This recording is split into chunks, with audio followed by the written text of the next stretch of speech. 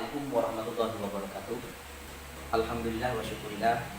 Pada kesempatan kali ini kita akan membahas tentang sholat, di mana dalam sholat banyak hal-hal yang menjadi sorotan, diantaranya rukun-rukun sholat yang dilakukan banyak oleh kaum yang tidak mengenal tentang atau tidak kurang memahami. Langsung saja kita tanyakan kepada beliau yang di sebelah kami, bagaimana Bapak tentang masalah Pak Ustadz? Assalamualaikum warahmatullahi wabarakatuh. Alhamdulillahirabbil alamin wassalatu wassalamu ala asyrofil anbiya'i wal mursalin wa ala alihi washabihi ajma'in. Amma ba'du. Terkait dengan bahasan pada saat ini masalah sholat, sebelum kami masuk ke bahasan, ada sebuah makalah yang disampaikan oleh Ibnu dan di mana beliau menyampaikan wa kullu man bi ghairi ilmin ya'malu a'maluhu mardudatun la tuqbalu.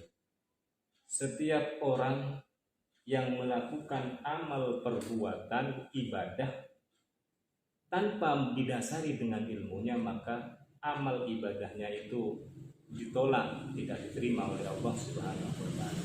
Kenapa ditolak? Karena tidak sesuai ketentuan-ketentuan yang berlaku dalam syariat yang dibawa oleh baginda Nabi. Kita masuk kepada bahasan dalam sholat. Kita tahu bahwa dalam sholat ini ada istilah syarat, ada istilah rukun. Syarat itu apa? Rukun itu apa? Perbedaan syarat dan rukun, kalau syarat itu adalah kewajiban-kewajiban yang harus dilakukan oleh orang yang mau melakukan sholat, tetapi tidak masuk bagian dalam sholat. Artinya syarat itu harus dilakukan sebelum sholat, itu syarat. Kemudian rukun. Rukun itu adalah kewajiban-kewajiban yang harus dilakukan dan masuk dalam pekerjaan sholat. Itulah rukun. Dalam rukun sholat ini jumlahnya sebanyak 18. Kemudian kalau dibagi dari 18 ini, maka menjadi 3 bagian. Yang pertama adalah rukun qalbi, adalah rukun yang wajib dilakukan oleh hati. Yang hal ini hanya niat. Jadi niat itu harus dilakukan dalam hati. Kemudian timbul pertanyaan, bagaimana dengan lafaz niat yang sering diucapkan usolli fardhu dhuhri semisal, itu bukan niat, itu adalah talaffuz. Lafaznya niat, ya lafaznya niat, hukumnya sunat. Tapi banyak salah persepsi. Iya. Kira itu niat oleh niat. Jadi niat itu beda. Niat itu adalah harus hati. Jadi sewaktu melakukan takbiratul ihram, baru itu dia niat dalam hati. Iya. Yang kedua adalah rukun qauli. Rukun qauli itu adalah rukun-rukun yang dilakukan oleh ucapan. Jadi bentuk rukunnya itu bentuk ucapan, bukan pergerakan. Seperti contoh adalah takbiratul ihram, Allahu akbar. Kemudian yang kedua membaca Fatihah. Yang ketiga adalah tasyahud dengan tahiyatnya, ada sebagian dengan tahiyatnya. Kemudian yang terakhir adalah salam. Itu adalah rukun-rukun qauli. Dalam rukun qauli sendiri ini harus ada syaratnya yang harus terpenuhi. Syaratnya adalah setiap rukun qauli, baik itu Fatihah, baik itu tahiyat ataupun salam, ini syaratnya harus diucapkan, namanya qauli. Harus diucapkan, artinya harus bersuara sehingga nanti bisa didengar oleh dirinya sendiri. Seperti halnya membaca Fatihah itu ya? Iya, seperti membaca Fatihah dengan kondisi tidak ada suara yang berisik. Nah, seumpama sekarang kalau umpama membaca rukun qauli itu, Fatihah dan lain sebagainya, hanya menggerakkan bibir saja, maka itu bukan qiraah. Tidak sah nanti. Fatihahnya tidak sah. Kalau Fatihahnya tidak sah, otomatis suaranya tidak sah. Ya. Terus yang ketiga, yang terakhir adalah rukun fi'li atau rukun-rukun sholat, di mana yang mengerjakan rukun ini adalah anggota tubuh. Itu yang melakukannya, seperti contoh berdiri, ruku, sujud, terus duduk di antara dua sujudan, itu adalah rukun fi'li, hal yang harus dilakukan oleh anggota tubuh. Ya, terus terkait tentang masalah dalam rukun fi'li yang rentan bisa membatalkan sholat, ini ada dalam rukun fi'li yang berupa apa? Ya, setiap rukun fi'li, apakah itu sujud, apakah itu i'tidal, terus dan lain sebagainya, ini syaratnya harus tumakninah. Kesemuanya harus tumakninah rukun fi'li itu. Tumakninah itu apa? Tumakninah itu adalah sukutu a'dha'il jawarih, diamnya seluruh anggota tubuh ba'dal harakah, setelah bergerak melakukan rukun. Jadi setelah selesai melakukan rukun itu harus diam. Seperti contoh setelah ruku kemudian kan berdiri atau i'tidal. Maka di situ mulai dari tangan ke kaki ini harus diam, tidak melakukan pergerakan. Yang rentan terjadi melakukan pergerakan sehingga tidak tercapainya tumakninah adalah setelah ruku kemudian tangan ini masih melambai, kedua tangan ini masih melambai. Itu yang biasa terjadi. Iya. Jadi ini bisa membatalkan, bukan membatalkan, rukun itu tidak terpenuhi, rukun tumakninahnya tidak terpenuhi. Akhirnya bisa menjadi penyebab tidak sahnya sholat. Ini kalau dipandang gerakannya itu hanya 2 kali. Artinya kalau 1 kali 2 belah tangan berarti kan dianggap 2. Berarti kalau gerakannya 2 kali itu sudah dianggap 4. Lah kalau sudah 4 maka ini tidak, hukumnya batal sholatnya. Kenapa batal? Karena pergerakan 3 kali kan termasuk bagian daripada mubtilatis sholat. Hal-hal yang membatalkan sholat adalah pekerjaan atau melakukan pekerjaan yang bukan dari bagian dari sholat sebanyak 3 kali atau lebih. Itu bisa membatalkan sholat. Kemudian dalam rukun fi'li yang rentan terjadi kesalahan adalah di waktu sujud. Di waktu sujud itu kan syarat atau anggota sujud itu jumlahnya harus 7 anggota harus sujud ke lantai dan sejenisnya. Yang pertama adalah ujung telapak kaki. Iya, ujung telapak kaki. Jari-jari itu telapaknya. Iya, telapaknya bukan di luarnya tapi di dalamnya. Itu kedua. Yang nomor 3 dan nomor 4 adalah lutut. Ya, ini lutut ini kan 2 berarti sudah 4. Dan yang ke-5 dan ke-6 adalah telapak tangan. Kedua telapak tangan. Ya, yang terakhir adalah kening atau dahi. Itulah anggota sujud yang harus menyentuh ke lantai dan sejenisnya.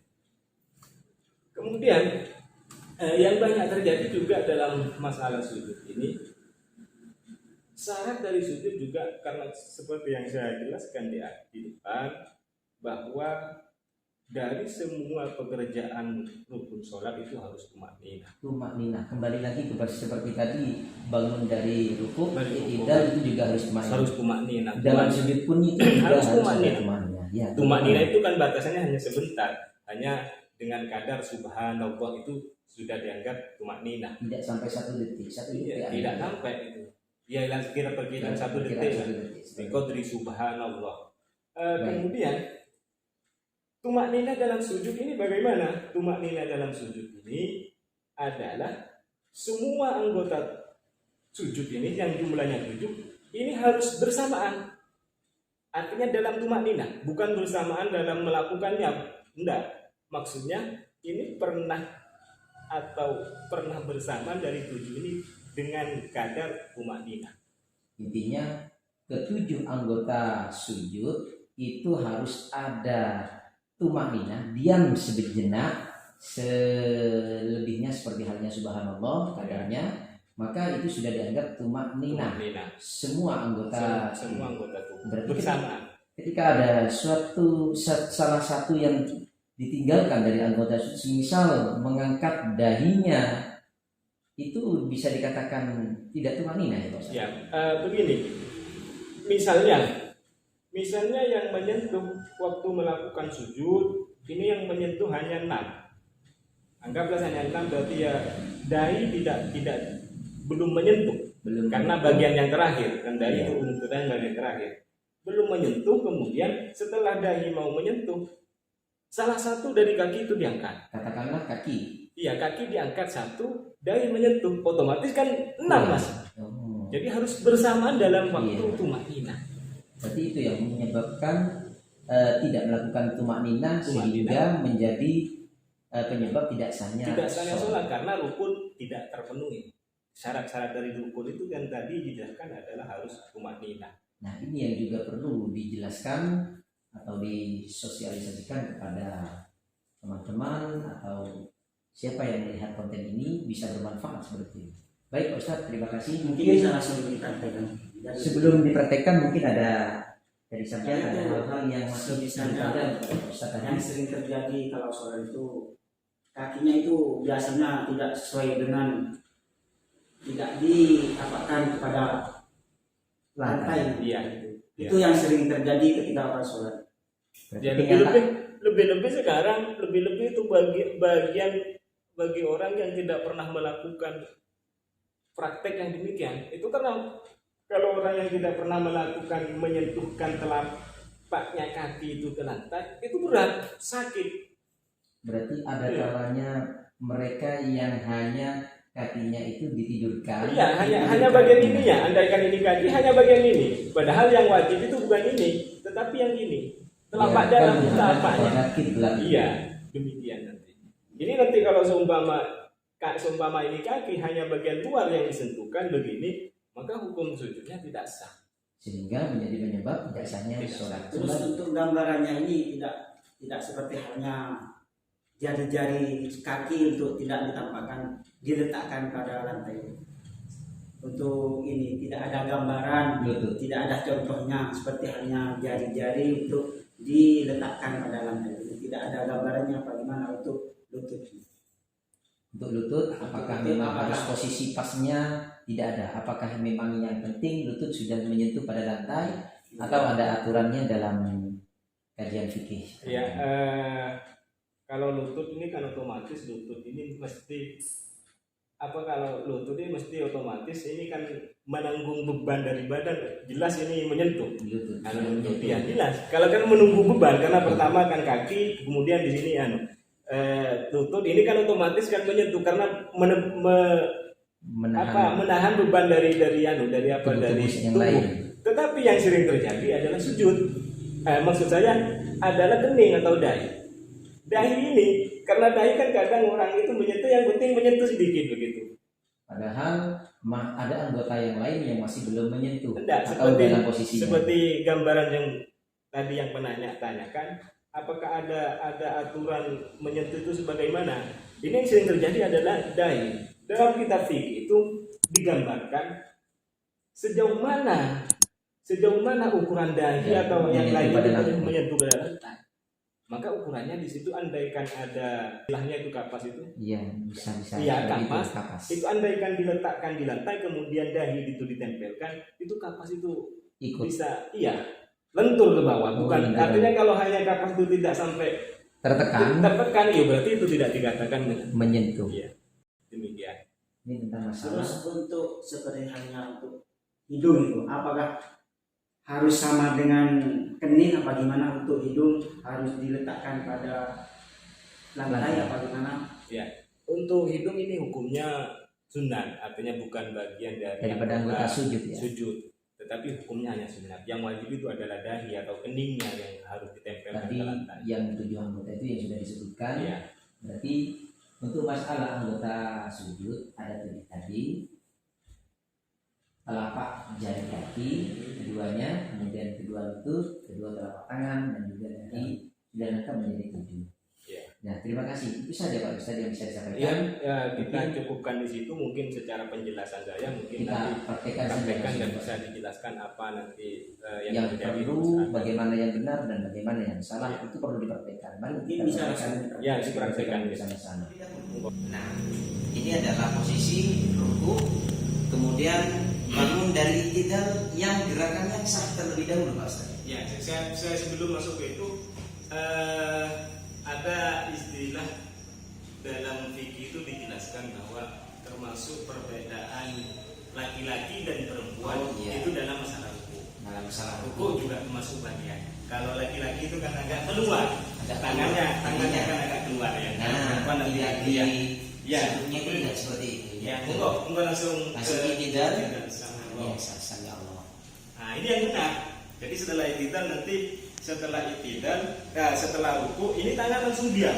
Langsung diam berarti posisi ruku, bangun dari ruku itidal yang benar, kemudian dan tumaninanya seperti tadi. Ya, tumanina itu kan harus Diam.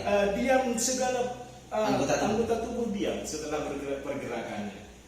Diulang.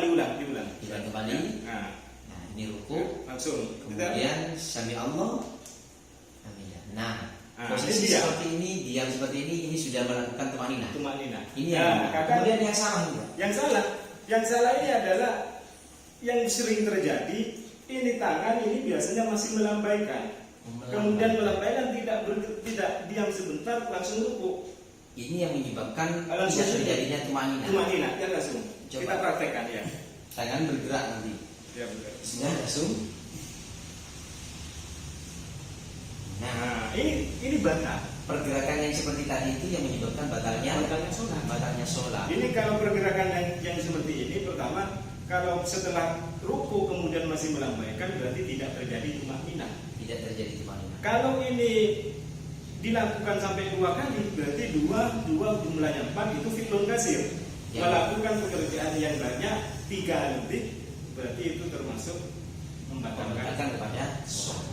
Ya, baik, terima kasih sudah bisa dipahami tentang masalah itidal yang di situ membutuhkan tumanina dan pergerakan-pergerakan yang harus ditinggalkan pada saat kita melakukan sholat. Iya, telapak jari kaki harus menyentuh ke lantai ininya.